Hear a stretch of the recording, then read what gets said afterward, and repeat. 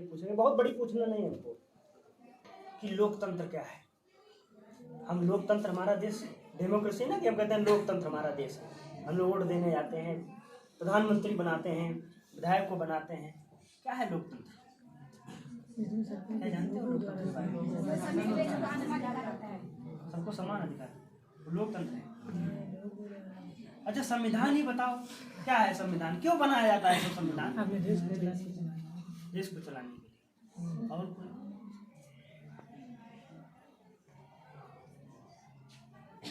क्या है स्वतंत्रता? स्वतंत्रता क्या है? तुम्हें बताएगा कि हमको स्वतंत्रता क्या मिली है? क्या हम स्वतंत्र हैं? हमने कहा था कि हम अंग्रेजों से आजाद हो जाएंगे तो हमको स्वतंत्रता मिलेगी। क्या हमको स्वतंत्रता मिली है? अगर मिली है तो क्या मिली है?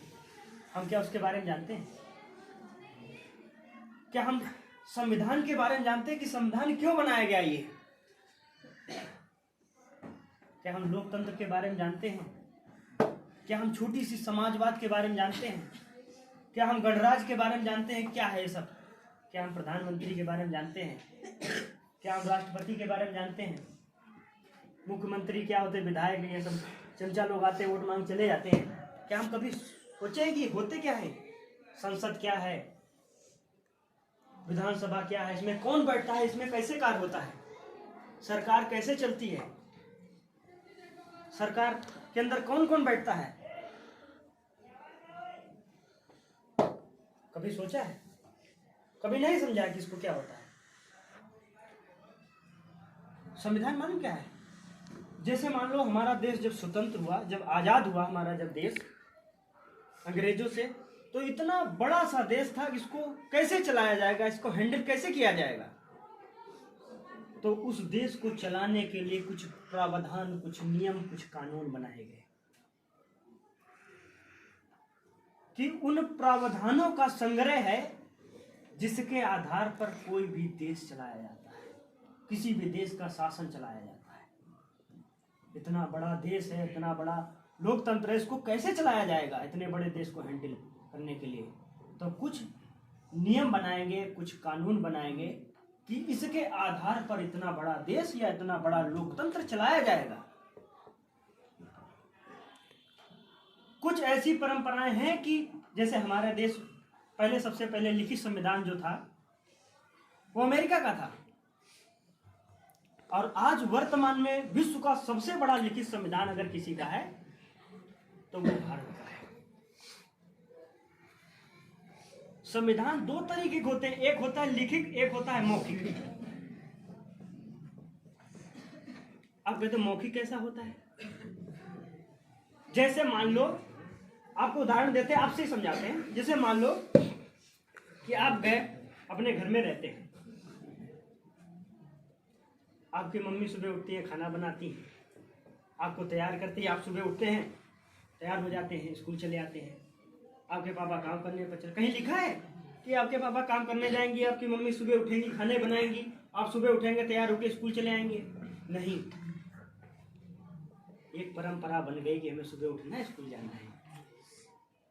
एक परंपरा मम्मी बन गई कि मम्मी सुबह उठे, अपने बच्चों को तैयार करना है।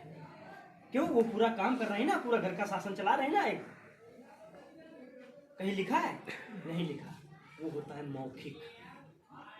जहां पर लिखा ना हो, सारी परंपराओं के हिसाब से पूरा देश चलाया जाता हो। और ये मौखिक कहाँ चलता है? ओरल वाला कहाँ चलता है? ये सब ये चलता है ब्रिटेन में। जो ब्रिटेन है वहां पर कोई लिखित संविधान नहीं है, वहां पर ओरल है, यानी कि वहां पर परंपराओं के हिसाब से चल रहा है कि जो परंपराएं हैं, इसके बाद राजा का बेटा राजा बनेगा, कि अगर ये है क्वीन है तो इनकी अगली जो उनका उत्तराधिकारी होगा, या उनकी रानी होगा, या उनका पुत्र होगा, वो शासन पर बैठेगा। जो वहां पर जो कानून मान लिए कि इसके ये कानून होंगे, ये नियम होंगे, तो वो लिखित भी नहीं है, फिर भी माने जाते हैं कि यार ये कानून है, ऐसे करके हटा देंगे तुमको, या ऐसे देश चलाएंगे। वहां पर सब चल रहे हैं, मानने वाले सब लोग। समाज में कहीं ऐसा लिखा है कि नहीं भैया तुम सब किसी दूसरे बिरादरी ये कर लोगे, वो कर लोगे, शादी करेंगे, कैसे कर, कुछ नहीं। हम लोग सब परंपराओं के, समाज के हिसाब से चलते हैं। कहीं ऐसा लिखा रखा है कि वोट लगाया तो हम वोट लगे हैं? पूरा पूरा गांव बारात होती, सबको बुलाया जाता, कहीं लिखा है कि गांव भर को पूरे बारात में बुलाया जाएगा? कहीं नहीं लिखा है। फिर भी एक परंपरा चली आ रही कि एक गांव भर के लोग, घर के सदस्य सब एकत्रित हो गए सामूहिक कार्यक्रम में। तो लिखा तो कहीं नहीं, वो तो सब उरले है। और जैसे मान लो लिखित क्या है, जैसे मान लो आप स्कूल आए और स्कूल में जैसे आपने एंट्री करी तो जो प्रिंसिपल बैठा है आपके स्कूल में, उसके पास सब लिखित बैठा है कि कौन टीचर है, कितने टीचर है हमारे पास, और कौन टीचर क्या पढ़ा रहा है, कौन सी क्लास में पढ़ाएगा, उसके पास सब लिखित रखा है। वो भी पढ़ाने आ रहा है क्योंकि उसके पास लिखित रखा है वहां पर। और आप यहाँ पर जब जैसे आते हैं क्लास में, आपकी प्रेजेंट लगती है कि नहीं? प्रेजेंट है कि एब्सेंट है? वो भी तो एक लिखित है। घर में कभी लगती है? घर में तो नहीं लगती, घर में आप रोज रहते हैं, नहीं लगती है क्योंकि वो परंपरा के हिसाब से चल रहा है। यहाँ पर भी चल रहा है, मगर यहाँ पर लिखित परंपरा के हिसाब से चल रहा है। कोई चीज यहाँ पर लिखित चल रही है कि यहाँ पर भैया तुम्हारी अटेंडेंस लगी, तुम आज आए हो कि नहीं आए। समझ में आया कि लिखित क्या होता है, ओरल क्या होता है। ऐसे ही ब्रिटेन में ओरल चलता है, यानी कि परंपराओं के हिसाब से पूरा सा इतना बड़ा देश चलता है। जो मान लिए गए वही चल रही है परंपराएं, जो पुरानी परंपराएं चली आ रही, या कुछ परिवर्तन करना है तो सारे मिलके लोग वो परिवर्तन सारे एक साथ मिलके करते हैं। मगर हिंदुस्तान में इतना बड़ा देश चलाने के लिए यहाँ पर पहले क्या हुआ था, पहले जमाने में यहाँ पर होता था राजतंत्र, राजाओं का शासन होता था। जो राजा होगा उसी का बेटा राजा बनेगा, जो उसका उत्तराधिकारी होता था वही राजा बनता था। मगर जब लोकतंत्र बना तो वहां पर हम जिसको चुनेंगे, जिसको बनाएंगे, जिसका हमारा मन होगा वो बनाएंगे। नहीं तो पता लो इसे बना दिए, पहले क्या होता, राजा का बेटा राजा बने, पता कितना क्रूर हो, अत्याचारी हो, फिर वो अत्याचार करता था। क्योंकि हमारे हटाने के लिए आम जनता के पास वो शक्तियां नहीं थी कि इसको हटा के फेंक दें अगली बार। मगर हम जब लोकतंत्र होगा, जब हम अपने आप चुनेंगे किसी को, अपने आप विधायक बनाएंगे, मंत्री बनाएंगे, अगर वो काम नहीं करेगा 5 साल बाद उठा फेंक देंगे उसको, बोले हटो दूसरा बनाते, दूसरा सेलेक्ट करेंगे उसको, दूसरा चुनाव करेंगे। चाहे छोटे स्तर पर होगा प्रधान का चुनाव करेंगे। एक गांव को संभालने के लिए प्रधान बनाया जाता है। अगर 5 साल तुमने अच्छा काम नहीं किया तो हटो, दूसरे प्रधान बनाएंगे, दूसरे वोट देंगे। पहले क्या था, नहीं, प्रधान बेटा, अगला प्रधान जब मरेंगे तो प्रधान बेटा बनेगा, फिर वो प्रधान बन जाएगा। इसलिए संविधान बनाया गया हमारे देश में, उन प्रावधानों का संग्रह बनाया गया जिसके आधार पर इतना बड़ा देश चलाया जाएगा या कोई भी देश चलाया जाता है। अब संविधान में आती है प्रस्तावना। प्रस्तावना क्या है, एक जीवन परिचय है, समझ लो एक परिचय, समझ लो एक इंट्रोडक्शन है। किसका? हमारे लोकतंत्र का, हमारे संविधान का एक छोटा सा इंट्रोडक्शन है कि हम समझेंगे कि हमारे संविधान में क्या क्या चीजें हैं, कि हमारे लोकतंत्र के अंदर क्या क्या आता है, हमारे संविधान के अंदर क्या क्या चीजें हैं। तो उसमें अगर एनसीईआरटी किताबें पढ़ते हैं अगर आप लोग सबसे पहले उसमें एक पहले पेज पे छप के आता है प्रस्तावना, या उसका नाम उद्देशिका के रूप में लिख के आता है। उद्देशिका, अगर इंग्लिश वाला वर्जन है तो उसमें प्रेम्बल लिख के आएगा। तो उसमें एक संविधान का पूरा इंट्रोडक्शन दिया है कि ये संविधान क्या है, एक बेसिक स्ट्रक्चर है, समझ लीजिए। अगर आप लोगों के पास किताबें हों कोई एनसीईआरटी की तो खोलिए, किताब है किसी के पास एनसीईआरटी किताबें? जो तुम्हारे हाई स्कूल इंटर चलती है एनसीईआरटी किताबें हैं कि नहीं? इसमें देखो कोई भी किताब खोलिए जो एनसीईआरटी पर उद्देशिका लिखा होगा यहाँ पर, हिंदी में ना, हिंदी में उद्देशिका लिखा होगा। इसमें पूरा इंट्रोडक्शन लिखा है, संविधान का पूरा इंट्रोडक्शन लिखा है। एक मतलब एक बेसिक स्ट्रक्चर इस पे लिखा है कि हमारे संविधान के अंदर क्या क्या चीजें हैं। इसमें देखो हम सुना रहे हैं, इधर से पढ़ रहे हैं। इसमें लिखा होगा कि हम भारत के लोग भारत को एक संपूर्ण प्रभुत्व संपन्न समाजवादी पंथ निरपेक्ष लोकतंत्रात्मक गणराज्य बनाने के लिए तथा उसके समस्त नागरिकों को सामाजिक, आर्थिक, राजनीतिक न्याय और विचार और अभिव्यक्ति, विश्वास और धर्म की उपासना, लिखा है कि नहीं? सब लिखा है कि नहीं? समझ रहे हो? अब इसका मतलब समझाते हैं। छोटा छोटा मतलब समझिए। लिखा है कि हम भारत के लोग, क्या है इसका मतलब? जब नेहरू जी ने जब एक संविधान सभा बनाई गई तो उसमें एक प्रस्ताव लेकर गए और ये उसमें लिखा था ये प्रस्ताव। यही प्रस्ताव एक उद्देशिका के रूप में जब पारित हुआ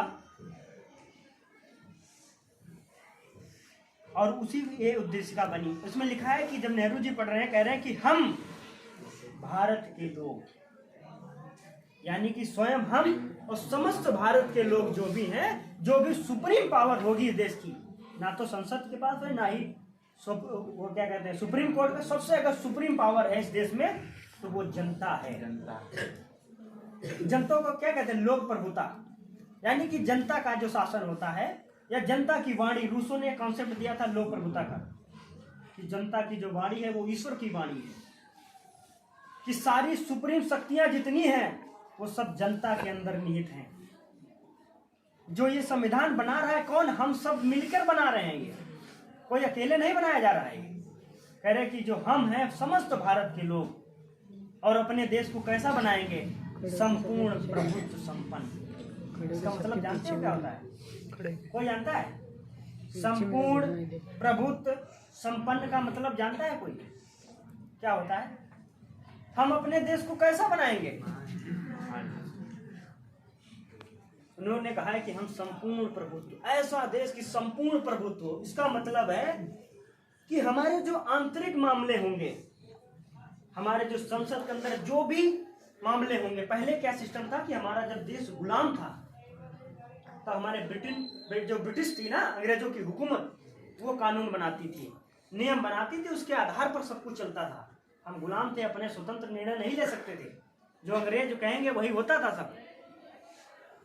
मगर जब हम आजाद हुए तो अपने देश को कहा कि हम संपूर्ण प्रभुत्व संपन्न हैं। इसका मतलब है कि संसद के अंदर जो भी फैसले होंगे हम किसी दूसरे देश पर आश्रित नहीं होंगे, हम अपने पर खुद स्वतंत्र होंगे कोई भी निर्णय लेने के लिए। चाहे कोई कानून बनाना हो, कोई एक्ट पास करना हो, कुछ भी, उसके लिए हम स्वतंत्र हैं। हम किसी दूसरे देश पर निर्भर नहीं हैं। हमारे आंतरिक सामाजिक मामले हो सकते हैं, राजनीतिक मामले हो सकते हैं, आर्थिक मामले हो सकते हैं, बहुत सारे मामले हो सकते हैं। हमारे संसद के अंदर जो भी नियम और कानून बनाया जाएगा वो किसी दूसरे देश या किसी दूसरी सत्ता पर उसका कोई अधिकार नहीं होगा कि अमेरिका कहेगी ये कानून बनाना है, पार्लियामेंट पास करना है तो पास करेगी। नहीं, हम स्वतंत्र हैं उसके लिए। उसी को तो कहते हैं संपूर्ण, यानी कि हम अपने आंतरिक मामले में हम पूर्णतः स्वतंत्र हैं। हमें जो अच्छा लगेगा अपनी जनता के हित में वो कानून बनाएंगे। हमने संसद बनाएंगे, संसद के अंदर लोकसभा राज्यसभा में जो भी पारित होगा, जो भी कानून बनाया जाएगा पूरे देश में लागू होगा। उसके लिए हम स्वतंत्र हैं। हम किसी भी दूसरे देश पर निर्भर नहीं हैं कि वो देश हमसे कहे आके कि तुम ये कानून बनाओ। हम स्वतंत्र हैं। और दूसरा, एक आंतरिक हो गया, दूसरा बाह्य मामले। बाह्य मामले क्या है? जैसे मान लो कि हमारी जितनी भी बॉर्डर सीमाएं हैं, हम अपने देश की स्वयं रक्षा करेंगे। हमारे देश की खुद सेनाएं खड़ी होंगी बॉर्डर पर अपने देश की रक्षा करने के लिए। हम स्वतंत्र हैं। वहां पर अमेरिका की या ब्रिटेन की या चाइना की या किसी देश की सेना नहीं खड़ी होगी कि हम तुम्हारी रक्षा करेंगे। हम संपन्न हैं, अपनी हमारी तीनों सेनाएं संपन्न हैं। हमारी सेनाएं खड़ी होंगी बॉर्डर पर, हम अपने देश की स्वयं रक्षा करेंगे, किसी दूसरे देश पर आश्रित नहीं होंगे। यानी कि आंतरिक मामले हो चाहे बाह्य मामले हो। और बाह्य मामले में क्या आता है? वर्ल्ड ट्रेड ऑर्गेनाइजेशन, यानी विश्व का जो व्यापार संगठन है, हमें हमारी इच्छा जहां होगी उस देश से हम व्यापार करेंगे। हम संपन्न हैं, स्वतंत्र हैं। हम किसी के अभाव में थोड़ा है कि नहीं अमेरिका कह रहा है कि नहीं भैया रसिया से लेना है कि नहीं लेना है, इसी से लो, हम नहीं लेंगे। हमारा जहां इच्छा होगा हम रसिया से लेंगे, हमारा इच्छा होगा अमेरिका से लेंगे, हमारा इच्छा होगा ब्रिटेन से लेंगे, हमारा इच्छा होगा फ्रांस से लेंगे। जो भी, हम तो स्वतंत्र हैं। हम तो हमारे जहां इच्छा होगी उससे सब व्यापार करेंगे। हमारी जहां इच्छा होगी उससे संधि करेंगे। हमारे जहां इच्छा होगी वहां सम्मेलन में भाग लेंगे, चाहे G20 कोई भी सम्मेलन हो। हमारी जहां इच्छा होगी वहां से हम पैसा उठाएंगे, उधार लेंगे या किसी को कर्ज देंगे। चाहे जितने भी संगठन दुनिया में बने उसमें हम भाग लेंगे या नहीं लेंगे, ये हमारी मर्जी होगी। हम अपने देश में युद्ध की घोषणा करेंगे या समाप्ति करेंगे, हम खुद निर्णय करेंगे, कोई दूसरा देश नहीं निर्णय कर सकता है। समझ रहे हो बाहर मामले क्या होते हैं? चाहे व्यापार के मामले हो, कुछ भी बाहरी दुनिया से कोई दवा वैक्सीन खरीदना हो, या किसी देश को बेचना हो, कोई मिसाइल खरीदना हो, कोई जहाज खरीदना हो, रफेले खरीदना हो, अमेरिका थोड़ा पूछने जाए फ्रांस से रफेल खरीदे कि नहीं खरीदे। हम स्वतंत्र हैं, उसी तो कहते हैं संपूर्ण प्रभुत्व संपन्न है। चाहे आंतरिक मामले हो हमारे देश के, चाहे बाह्य मामले हो, हम स्वतंत्र हैं निर्णय लेने के लिए। समझ में आया कि संपूर्ण प्रभुत्व संपन्न का मतलब क्या है? कह रहे हैं कि हम भारत के लोग कैसा देश बनाएंगे? एक संपूर्ण प्रभुत्व संपन्न देश बनाएंगे। यानी कि हमारे जो आंतरिक मामले हैं या बाह्य मामले हैं, उसके लिए हम स्वतंत्र हैं। जो हमारी इच्छा होगी हम कानून अपने देश की जनता के हित में कानून बनाएंगे, या हम जिससे इच्छा होगी हम व्यापार करेंगे, अपने युद्ध करना है या सेनाएं खड़ी करना है, जो भी बाह्य मामले हैं हम स्वतंत्र, किसी दूसरे देश पर आश्रित नहीं है। ये हमारे संपूर्ण प्रभुत्व संपन्न का मतलब हुआ है कि जो आंतरिक मामले हैं या बाह्य मामले हैं उसके लिए हम स्वतंत्र हैं, संपूर्ण प्रभुत्व हैं, संपन्न है उसके लिए। फिर कैसा बनाएंगे? देश को समाजवादी बनाएंगे। समाजवादी मतलब क्या है? समाजवादी का मतलब क्या है? समाजवादी एक विचारधारा है।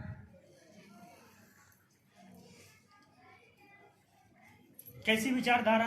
कि हम गांधी विचारधारा को भी मानेंगे, हमको चंद्रशेखर आजाद की भी मानेंगे, हमको जो अच्छा लगेगी हम वो मानेंगे, जो भी हमको विचारधारा अच्छी लगेगी वो मानेंगे।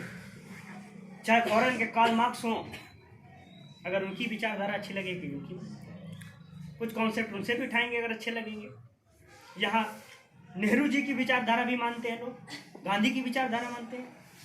यानी हमारा समाजवाद है, कोई भी विचारधारा मानने के लिए आप स्वतंत्र। चाहे कार्ल मार्क्स की विचारधारा हो, चाहे नेहरू की विचारधारा हो, चाहे भगत सिंह की विचारधारा हो, इसी से आप सहमत। समाजवादी है, सारी विचारधाराओं मानने के लिए हम स्वतंत्र हैं। हम कोई भी विचारधारा स्वीकार कर सकते हैं। हमको जिसके भी अच्छे कॉन्सेप्ट लगेंगे, कुछ मार्क्सवादी के अच्छे लगे उनसे स्वीकार कर लेंगे हम। अब ये क्या करते हैं दोनों, इनका उद्देश्य क्या है दोनों का? एक मार्क्सवादी है, गांधीवादी है।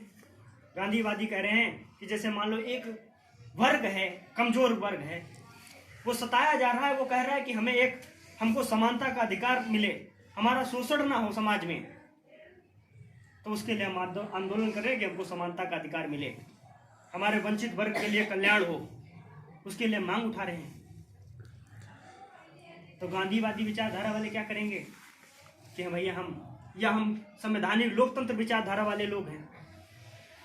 लोकतंत्र वाले क्या करेंगे? अपना एक संविधान बनाएंगे। और मार्क्सवादी वाले के बोले नहीं, कट्टा तमंचा समझाएंगे, बोले जैसे मानो वैसे समझाएंगे। एक वर्ग संघर्ष करेगा और संघर्ष होगी तो क्रांति होगी, जब क्रांति होगी तो उसमें हिंसा भी होगी, और हिंसा या कट्टे या एक बलपूर्वक कोई चीज को, अधिकार को मनवाना, वो होती मार्क्सवादी की विचारधारा थी। यानी कि अपने दम पर किसी चीज को मनवाना। और गांधीवादी या लोकतांत्रिक समाजवाद क्या है? हमारा देश तो लोकतांत्रिक समाजवाद है। इसका मतलब है कि हम एक व्यक्ति का चुनाव करेंगे, चाहे एमपी हो, चाहे एमएलए हो, कोई भी हो। मान लो हमने एक संसद चुन लिया और चुन के हमने बैठाला है पार्लियामेंट में, संसद में, वो एक कानून बनाएगा। फिर एक जैसे मान लो चुनाव हुआ, हमने उसको चुन के भेज दिया, फिर उसके अंदर एक कानून बनाया जाएगा और कानून के माध्यम से पूरे देश में वो चीज लागू होगी। एक हमारे देश में लोकतांत्रिक समाजवाद है कि हमने एक व्यक्ति को चुना कि भैया हमारे हित में ये काम करना, ये ऐसा ऐसा काम करना। उसने कहा ठीक है भाई हम करेंगे। उसको हमने चुन के पार्लियामेंट भेज दिया, पार्लियामेंट में उसने कानून बनाया, वो पूरे देश में लागू हो गया। हम उस विचारधारा के लोग हैं। एक है मार्क्सवादी विचारधारा, बोले कुछ नहीं, बंदूकें ले चलो, हिंसा करो, रोड जाम करो चल के। बोले जैसे मान लो कि अब एक कानून आया, कृषि वाला कानून, ठीक, अगर हमको सरकार हमारी बात नहीं सुन रही है, हम अपनी बात मनवाना चाहते हैं, अपने कैंसिल करवाना चाहते हैं उसको, तो क्या करें? रोड जाम करो चल के। अब रोड जाम होगी, वहाँ पर लोग इकट्ठा होंगे, हिंसा भी होगी। यानी कि अपने हिंसा के दम पर या अपने बलपूर्वक या कोई विरोध करके एक मनवाना अपनी बात को, वो मार्क्सवादी की विचारधारा थी। और लोकतांत्रिक विचारधारा अपने एक चुनाव किया, एक संसद बनाया, पार्लियामेंट में बनाया, उसको बैठाया वहां पे, और उसने जो भी कानून बनाए। अभी और पढ़ाओगे? हाँ अभी चल रही क्लास। वैसा करो या तो इंटर में चले जाओ। वो एक समाजवादी लोकतंत्र है। अब लोकतंत्र समाजवादी लोकतंत्रात्मक गणराज्य बनाएंगे। कैसा? समाजवादी और पंथ निरपेक्ष। उसके आगे एक वर्ड आता है पंथ निरपेक्ष। पंथ निरपेक्ष का मतलब क्या होता है? कहीं लिखते हैं कि हमारा देश कैसा है, हमारा देश धर्मनिरपेक्ष है। कहीं हम लोग पढ़ते हैं पंथ निरपेक्ष, कहीं कहते हैं धर्मनिरपेक्ष। क्या है धर्मनिरपेक्ष? कोई बताएगा धर्मनिरपेक्ष का मतलब क्या होता है? क्या है धर्मनिरपेक्ष? बताओ क्या है धर्मनिरपेक्ष? धर्मनिरपेक्ष का मतलब है कि जो हमारा देश है इसके अंदर कोई भी धर्म होंगे, चाहे हिंदू हो, चाहे मुस्लिम हो, चाहे क्रिश्चियन हो, चाहे ईसाई हो, सबको समान अधिकार दिए जाएंगे। यहाँ का कोई राज का धर्म नहीं होगा। यहाँ कोई गीता, रामायण, कुरान, बाइबिल किसी से, इन नीतियों से प्रभावित नहीं होगा देश हमारा संविधान की नीतियों से देश चलेगा। जो हमारा देश है वो संविधान में जो प्रावधान लिखे हैं या संविधान में जो नीतियां लिखी हैं उनके आधार पर हमारा देश चलाया जाएगा, ना कि कुछ रामायण, न गीता, न कुरान, न बाइबिल के आधार पर हमारा देश नहीं चलाया जाएगा। यानी कि हमारे देश में जितने भी धर्म हैं, चाहे मुस्लिम हो, चाहे हिंदू हो, चाहे क्रिश्चियन हो, चाहे ईसाई हो, सबको समान अधिकार है, सबको बराबर अधिकार है। इसी तो कहते हैं धर्मनिरपेक्ष, यानी सबको बराबर का समान अधिकार दे रहा है, कोई भी धर्म हो। समझ में आ रहा कि नहीं? पंथ का मतलब होता है, धर्म का मतलब होता है एक करनी से, मतलब कि एक धारण करना। यानी कि जैसे मान लो कि आप एक विद्यार्थी हैं, तो विद्यार्थी का एक धर्म होता है पढ़ना, लिखना, अनुशासन में रहना। एक शिक्षक का क्या धर्म होता है? एक पढ़ाना, ईमानदारी से पढ़ाना। ये सब धर्म है। समझ में आ रहा है कि एक टीचर का धर्म क्या है, एक पिता का धर्म क्या है, एक माता का धर्म क्या है। पंथ का मतलब होता है कि जो इंसान को ईश्वर से कनेक्ट करे, यानी भगवान की तरफ कनेक्ट करे, यानी इंसान को ईश्वर से जोड़े। वो होता है पंथ। एक रास्ता है वो, जो यहाँ से एक रास्ता जाने का है, ईश्वर से जुड़ने का रास्ता है। समझ में आ रहा है पंथ निरपेक्ष क्या होता है? छोटा छोटा मतलब समझ में आ रहा है, बेसिक्स। फिर कह रहा है लोकतंत्र। लोकतंत्र का कॉन्सेप्ट किसने दिया? एक अमेरिका के 19वीं सदी में एक अमेरिका के बहुत प्रसिद्ध, दुनिया में सबसे प्रसिद्ध, बहुत बेहतरीन इंसान हुए जिनका नाम था अब्राहम लिंकन। अमेरिका के राष्ट्रपति बने। एक मोची के बेटे थे। अब्राहम लिंकन एक मोची के बेटे थे, और एक गरीबी देखकर वो इतने बड़े पद पर बैठा। एक दिन अमेरिका के प्रधानमंत्री। उस जमाने में अमेरिका में एक दास प्रथा होती थी, दास प्रथा चलती थी, गुलाम बना लिया जाता था। वो गुलाम कहाँ थे? अफ्रीका के लोग उठा ले जाते थे, वहां पर गुलाम बनाए जाते थे, और गुलामों के साथ भेदभाव किया जाता था कि तुम्हारे देश के नहीं हो। तो उन्होंने दास प्रथा को अंत किया था। पता है कि नहीं? अब्राहम लिंकन ने दास प्रथा का अंत किया था। एक जगह पढ़ते गुटेनबर्ग, वहां पर एक उन्होंने स्पीच दिया था, और वहीं पर एक परिभाषा दी थी लोकतंत्र की। क्या दी थी? किसी पता है लोकतंत्र परिभाषा?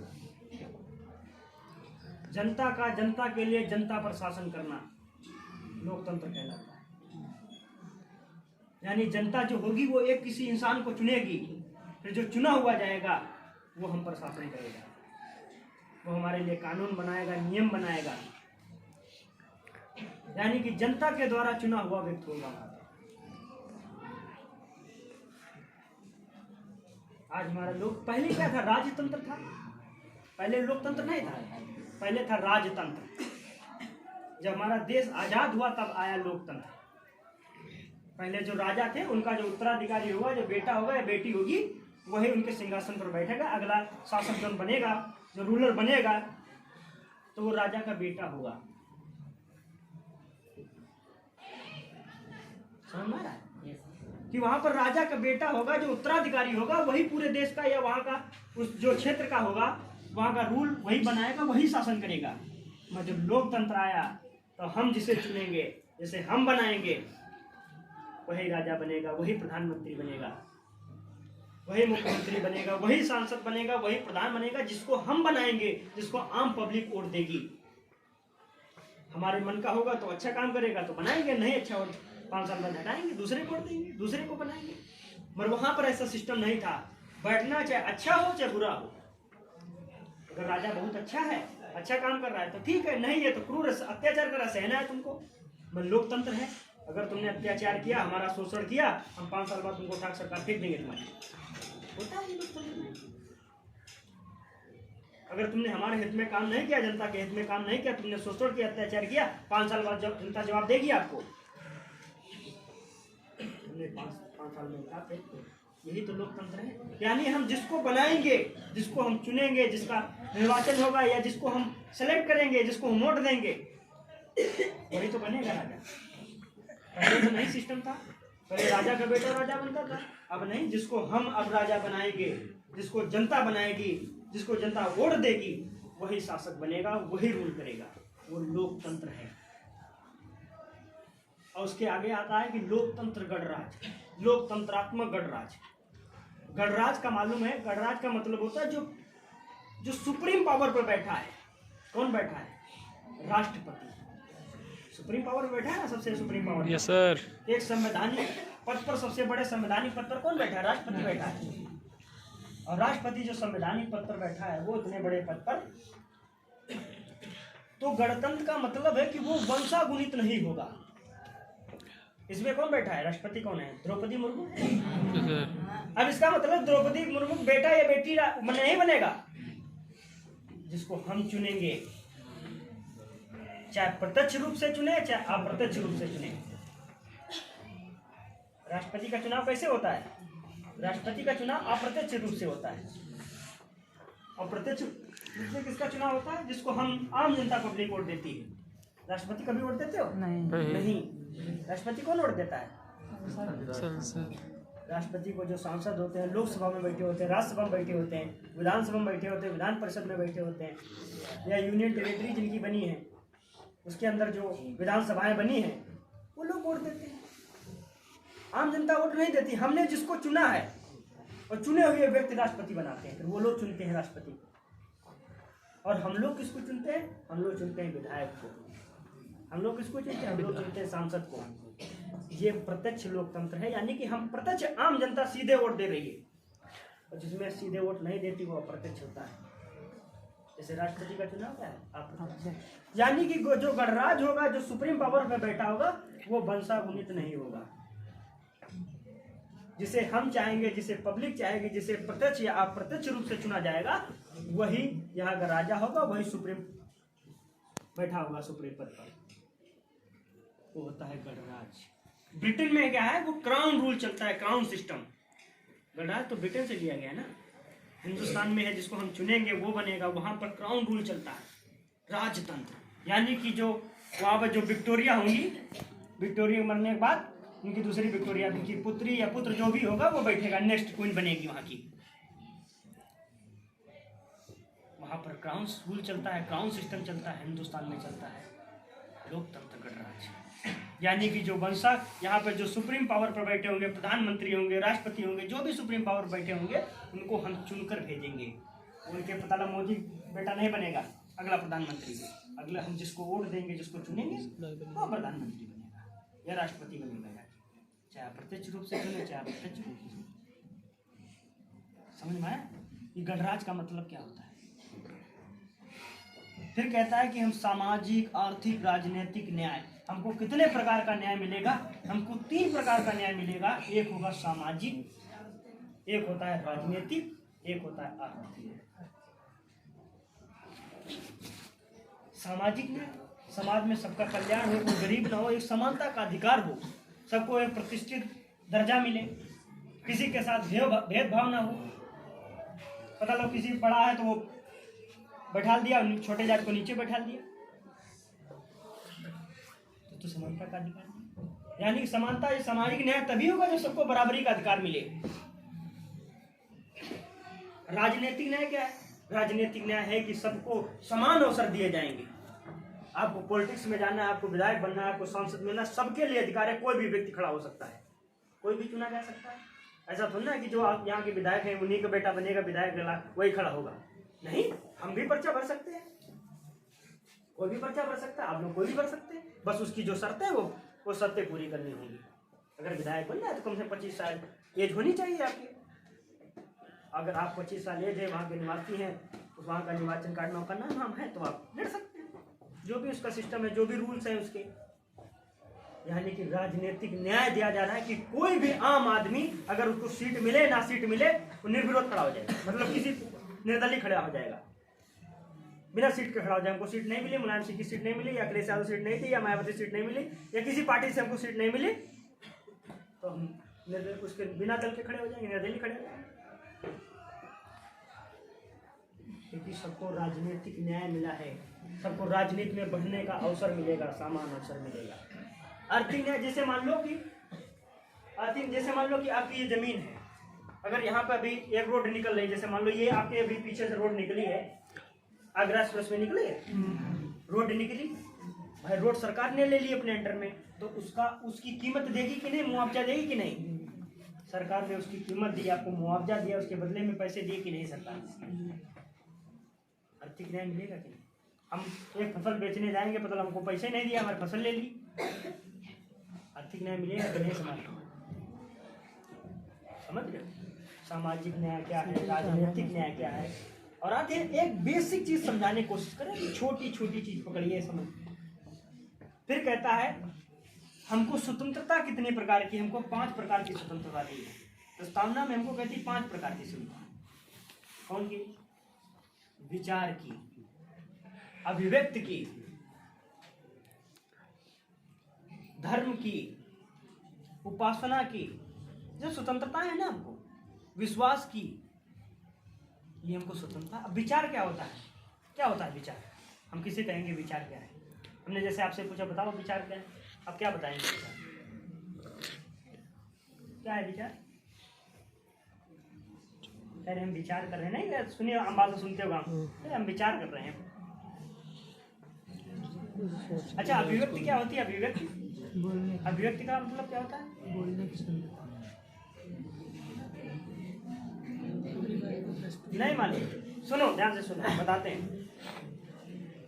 विचार का मतलब होता है सपोज दैट किसी चीज का मनन करना। जैसे आपने कुछ पूछा उनसे, या किसी चीज पर सोच रहे हैं, यानी कि अपने अंदर जो मनन कर रहे हैं, जो चिंतन कर रहे हैं, वही तो विचार है। यानी अपने अंदर जो भी मनन कर रहे हैं, जो भी सोच रहे हैं, जो भी चिंता कर रहे हैं या चिंतन कर रहे हैं, वो विचार है। और वही विचार जब हम किसी के सामने प्रकट करते हैं मुख के द्वारा अपने, तो वो है अभिव्यक्ति। यानी कि जो हमने सोचा है, जो विचार किया है, जो चिंतन किया है, वो हम आपके सामने बोल रहे हैं, तो क्या है? यानी कि अपने विचार को प्रकट करना, किसी के सामने बोलना, वही तो अभिव्यक्ति की आजादी है। हमको विचार की आजादी है, हमको अभिव्यक्ति की आजादी है, मगर उसकी भी लिमिट है। इसका मतलब नहीं अभिव्यक्ति आजादी है तो आप किसी को गाली देने लगेंगे, बस एक सीमा तक है, उसकी कुछ सीमाएं भी हैं। मतलब आम आदमी आपको अभिव्यक्ति आजादी, मनोज जिसको करिए तुम रोड चल रहे, हमको बोले अभिव्यक्ति आजादी, इसका मतलब तो नहीं, कुछ सीमाएं हैं। किसी मान प्रतिष्ठा पर किसी के आँच ना है, कुछ सीमाएं होती है हर चीज की। वो होता है अभिव्यक्ति, अपने मनन, अपने चिंतन को प्रकट करना, या आपने जो सोचा है, जो बोल रहे हैं, वो अभिव्यक्ति है। विश्वास क्या है? कहते हैं विश्वास है, फलाने दोस्त पर बड़ा विश्वास है, फलाने चीज पे हमको बड़ा विश्वास है। क्या है विश्वास? बोले पापा पर बहुत विश्वास है, बोले गुरु जी पर बहुत विश्वास है, बोले फलाने पर बड़ा विश्वास है। क्या है विश्वास? ये बताओ क्या है विश्वास? नहीं, ऐसे आम भाषण बोलते हैं तुम लोग, बोले बड़ा दोस्त पे हमें बहुत भरोसा है, दोस्त पर वाह विश्वास है। क्या है विश्वास? क्या है विश्वास? बताओ क्या है विश्वास? हम बड़ा तुम पर विश्वास करते हैं, बोले तुमने हमारा विश्वास तोड़ दिया, क्या है विश्वास?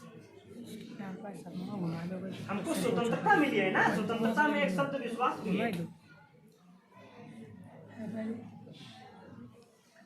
हमको विश्वास यानी कि हम किसी भी चीज पर विश्वास कर सकते हैं, इसके लिए हमको स्वतंत्रता मिली है।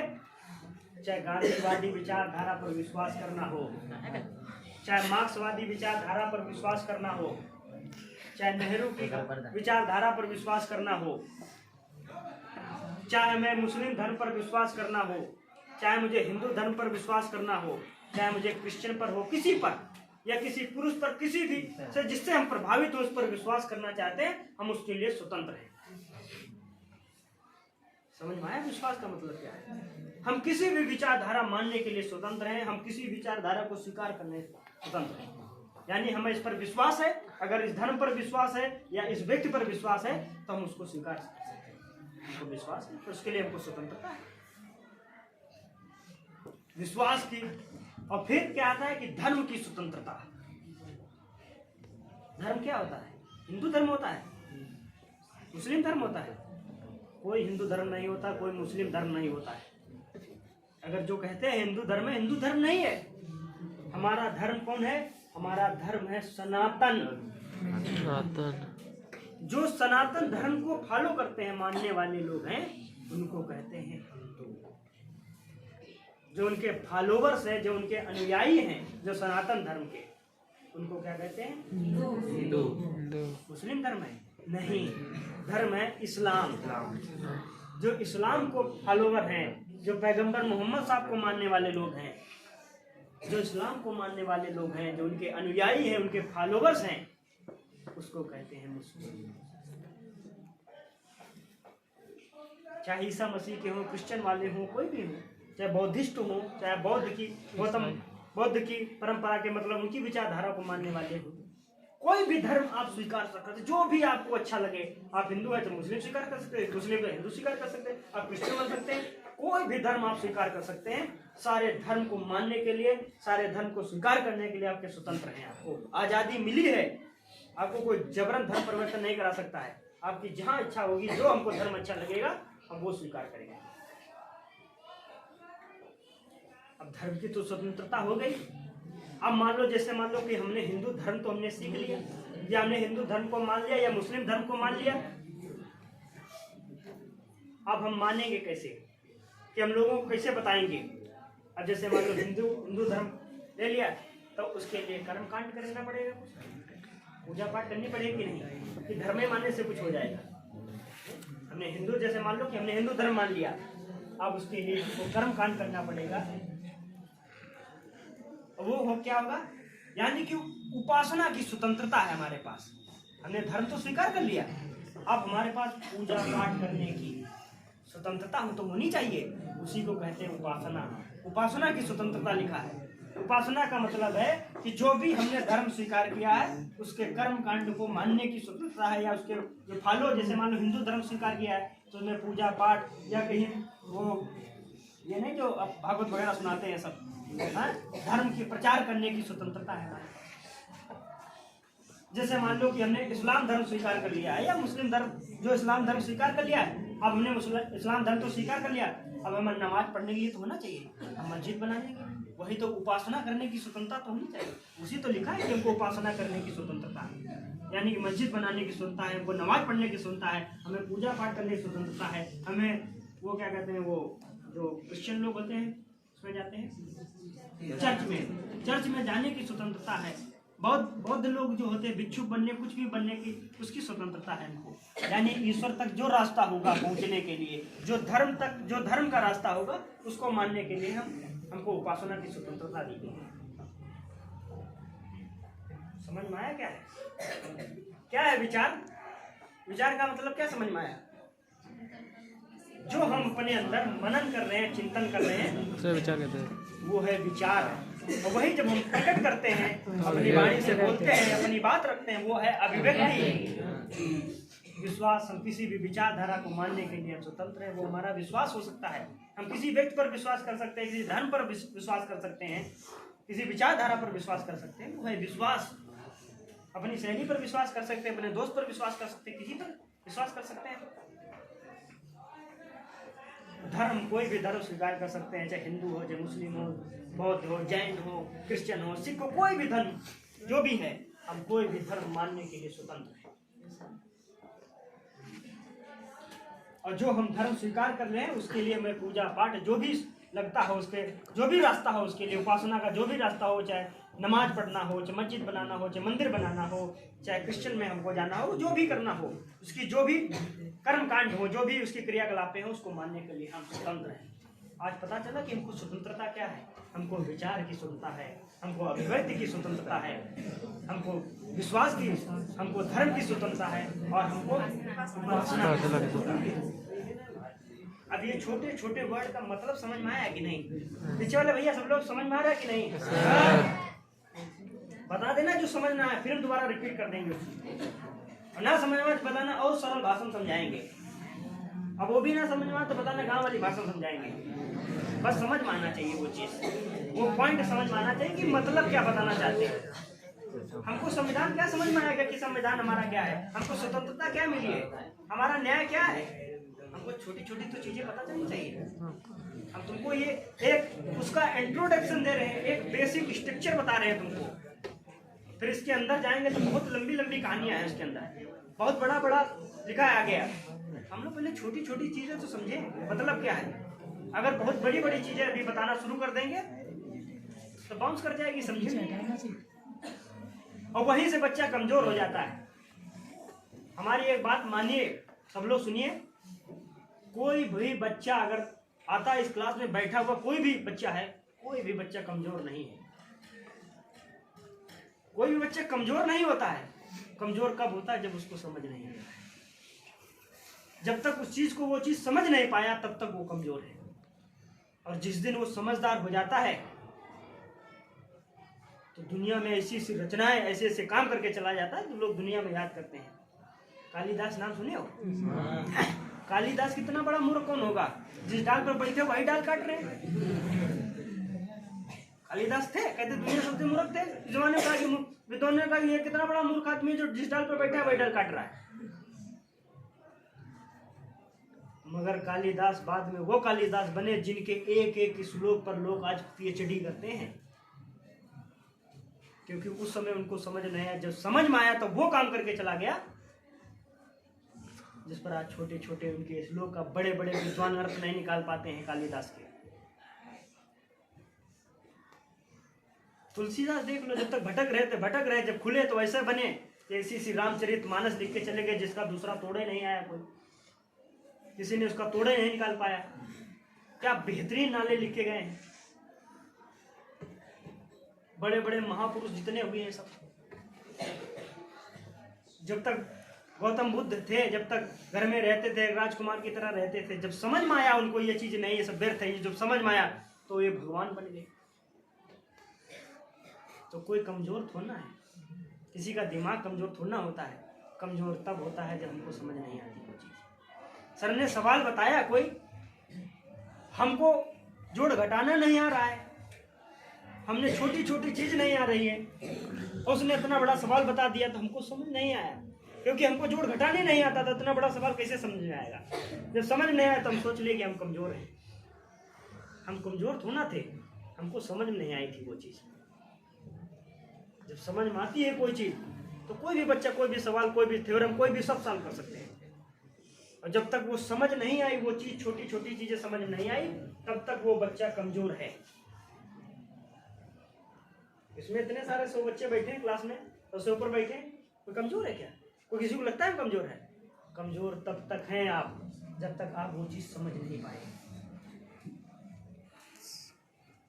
और जैसे मान लो कि अभी हम किसी चीज से पूछने, भैया बताओ ये इसका मतलब क्या है, लोकतंत्र का मतलब बताइए, आप जवाब नहीं दे पा रहे हैं। और आप जवाब कब देंगे? जब आपके अंदर कॉन्फिडेंस होगा, जब आत्मविश्वास होगा। और आत्मविश्वास कहाँ से आता है? आत्मविश्वास कहाँ से आता है? आत्मविश्वास जब आएगा जब आपको तैयार होगी वो चीज, जब अंदर पता होगा, 100% पता है कि इसका मतलब ये है, हमको तैयार है, तब हाथ उठेंगे तुम्हारे। हाथ बिने पूछे भैया बताओ इसका मतलब क्या होगा, अब जब मालूम होगा तो हाथ ये अपने आप जाएगा, इनको उठाना नहीं होगा, ये अपने आप जाएगा, क्योंकि इसके अंदर आत्मविश्वास है, वो अपने आप खींच लेता है। एक मैग्नेट की तरह आत्मविश्वास खींच लेता है। आत्मविश्वास नहीं, हाथ जाएगा नहीं ऊपर, और सर और छुपाओगे कहीं ऐसा ना खड़ा करते हैं, समझ रहे हो। अब आत्मविश्वास कब आएगा, जब हमको वो चीज़ पता होगी। अगर यहाँ पर हम क्लास पर भी तुमको खड़ा कर दें, किसी बच्चे खड़ा कर दें यहाँ पर कि आइए पढ़ाइए, कि कुछ 10 मिनट बोलिए, 5 मिनट बोलिए, बोलिए नहीं पाएंगे। क्यों? आत्मविश्वास नहीं। आत्मविश्वास क्यों नहीं है? क्योंकि वो चीज़ हमको तैयार नहीं है, वो चीज़ हमको पता नहीं है। और जब पता होगी तो हमसे भी बढ़िया स्पीच देख के जाओगे, बढ़िया समझा के बच्चों को जाएगा, यहाँ पे जाओगे। हम तब तक कमजोर हैं जब तक हमको वो चीज़ समझ नहीं आ रही है। अच्छा, दो कारण हमने देखे इसके।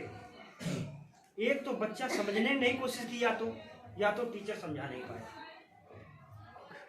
या तो बच्चे ने समझा नहीं, या तो टीचर समझा नहीं पाया।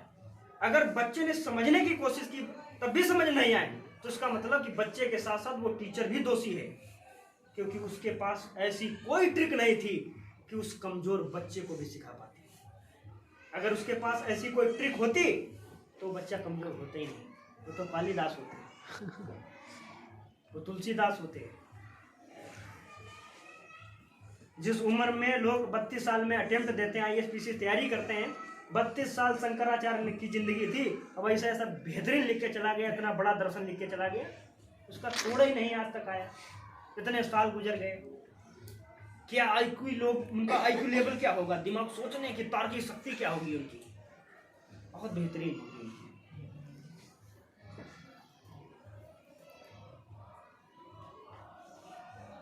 तो बच्चा कोई कमजोर थोड़ा ना होता, हम किसी बच्चे को कमजोर नहीं मानते। हम भी पढ़ते थे, हमको पता है कि हमको कब कमजोर लगता था कि हम कमजोर हैं, जब हमको समझ में नहीं आई ये चीज। हमसे कहते थे, टीचर कहता था कि चलो भैया क्लास में खड़े हो जाओ, हमको बताओ इसका मतलब बताओ, हम कांपने लगते थे। हम वो सब झुका लेते थे, ऐसा ना हमको खड़ा कर दे कहीं क्लास में, वो टीचर पूछ ना दे, लुकाया करते थे, छुपा करते थे, टीचर ने कोई देख ना दे। क्यों? हमको वो चीज़ पता नहीं थी। और जब पता हुई, जो वो चीज़ समझ गए, तो यहाँ पर खड़े होकर तुमको समझा रहे हैं, समझ गए। और यही चीज़ जब आप लोगों को पता होगी तो यहाँ पर खड़े होकर हमसे भी बेहतर पढ़ाएंगे, आप बेहतर समझाएंगे बच्चों को। बस ये समझिए कि हमने समझ में क्यों नहीं आया, हमको क्या कमी रही, या तो उसकी कमी रही, या तो आपकी कमी रही, या तो हमने समझने की कोशिश नहीं की, या तो उन्होंने समझा नहीं पाया। टीचर वही है, पढ़ाने वाला वही है। आपको रटंत विद्या नहीं बनना है कि हम रट ले सब ज्ञानी हो जाएंगे। आपको सीखना है छोटी छोटी चीजें, छोटी छोटी बातें सीखना है, छोटे छोटे वर्ड का। ये देख रहे हो, ये स्ट्रक्चर देख रहे हो ना, बिल्डिंग जिसके नीचे बैठे हो, ये कैसे बनी बिल्डिंग? ये छोटी छोटी ईंटों से बनी है।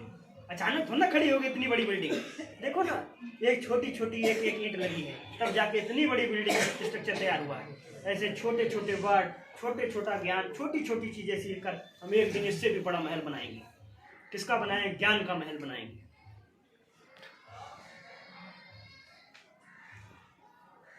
अगर कुछ बच्चे देखते हैं, कुछ सीख जाते हैं, बड़बड़ाने लगते हैं, हमको बहुत कुछ आता है।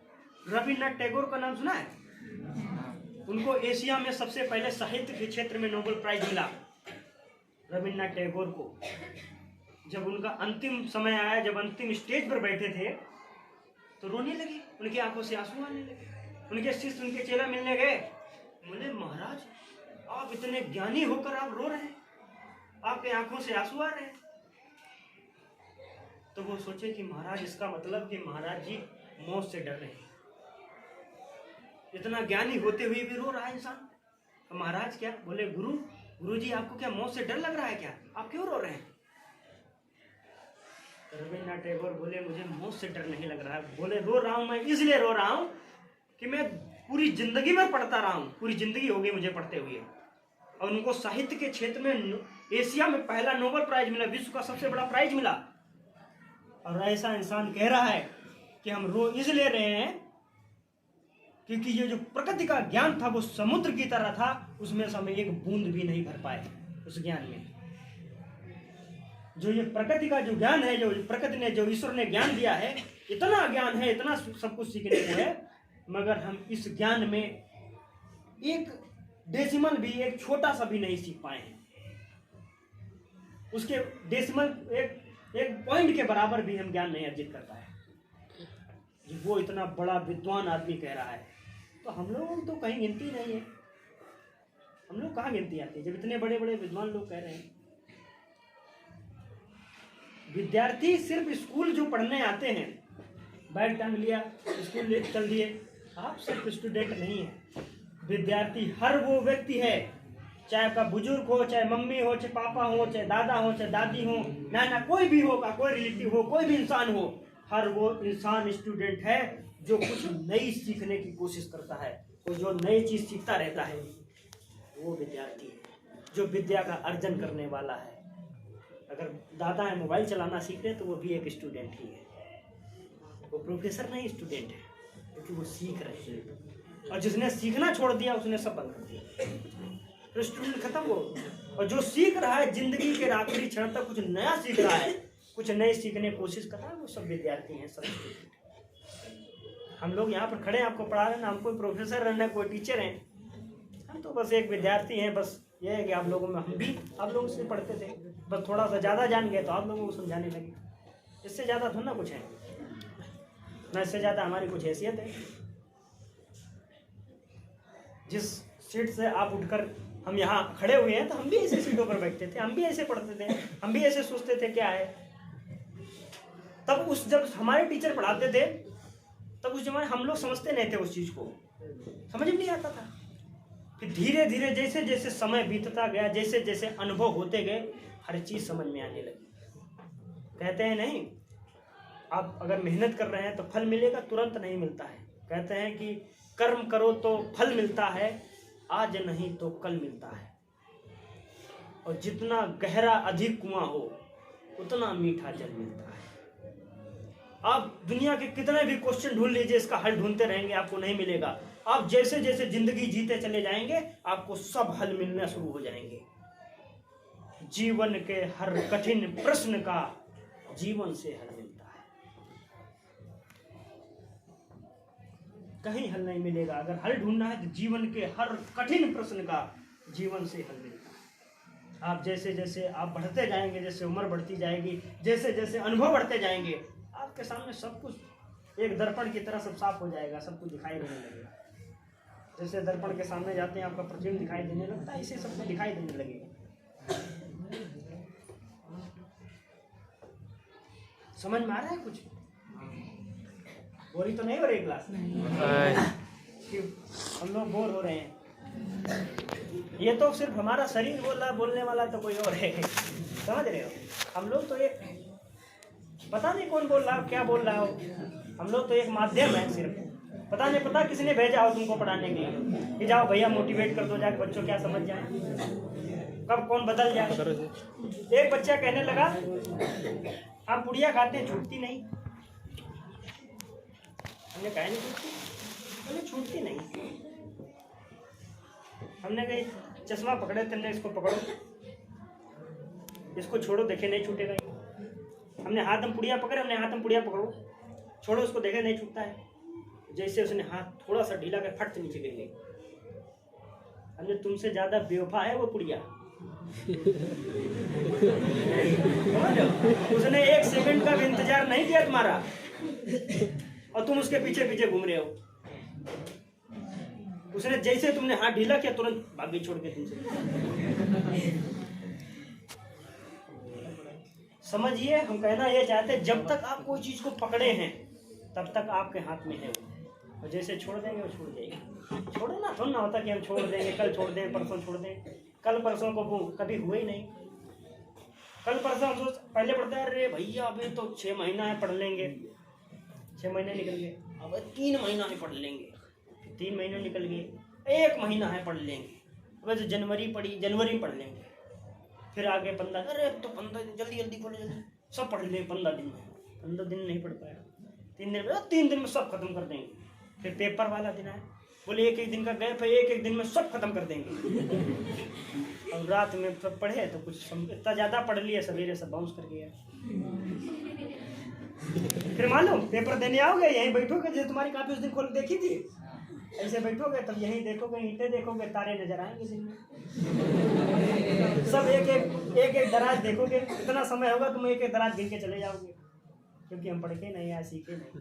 अगर यही सीखे हो, हमारे देखे नहीं होते दीवार किधर थी या किधर ईंट लगी थी, हम अपना काफी में व्यस्त होते हैं, हमारा समय नहीं पता चलता, 3 घंटे कब निकल गए। और यही अगर हमने कभी सीखा ही ना होता, कुछ सीखने की कोशिश नहीं की होती, तो हम भी सोचते यार आधा घंटा कैसे पढ़ाएंगे, 20 मिनट बच्चों के सामने कैसे बोलेंगे, क्या शब्द लाएंगे, क्या ढूंढ के लाएंगे। जब आपने सीखा है तो फिर आपको समय पता ही नहीं चला कब निकल गया। हम तो अभी कुछ सिखा ही नहीं पाए। हम तो सोच के आए थे इतना सारा पढ़ाएंगे जाके, इतने टॉपिक पढ़ाएंगे, इतने अच्छे टॉपिक थे, पढ़ाएंगे जाके, हम पढ़ाएंगे आधी यही पता पता नहीं कहाँ चले गए, भटक गए वहाँ से, रास्ते से पढ़ा संविधान रहे थे, दूसरे रास्ते पर चले गए।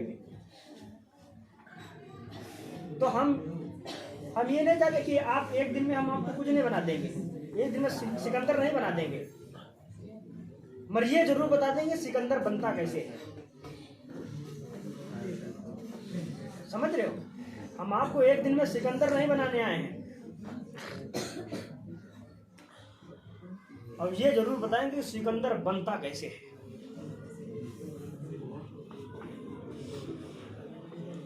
समझ में आ रहा है कि नहीं?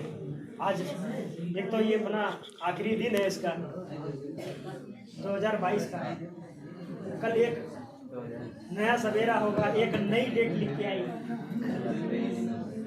सिर्फ तारीखें बदलती हैं, समय वो तो चलता रहता है। प्रकृति ने कभी नहीं रुकना सीखा है। वो सूरज, वो चंद्रमा, बात मत कीजिए पीछे,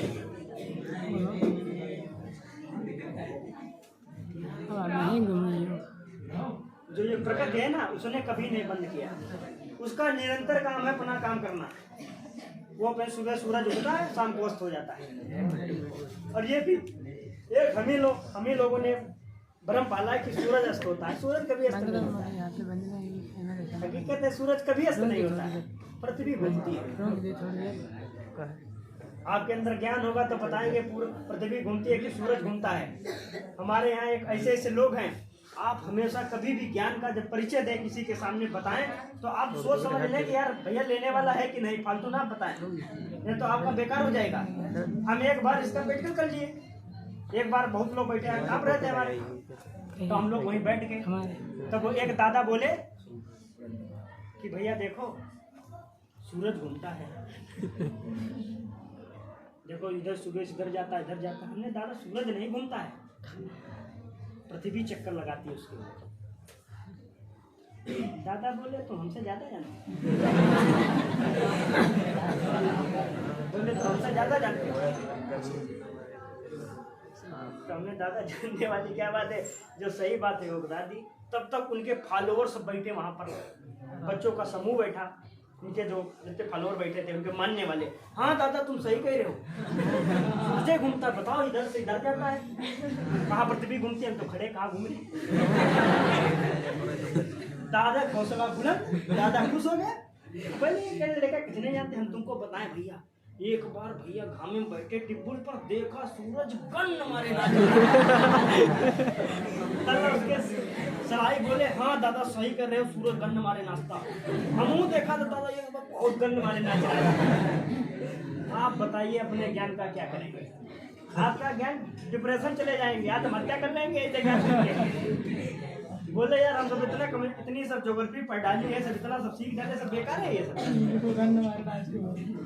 तब आप सबसे अच्छा होता है आप जब बोले, आप कोई भी प्रवचन दे, कोई भी ज्ञान दे, कोई भी बच्चों को समझाएं, तभी बोले कि जब सामने वाला समझने वाला हो ना। भैंस के आगे बीन बजाओ तो क्या मतलब है? कोई मतलब नहीं। और हमें उम्मीद है आप लोगों से नहीं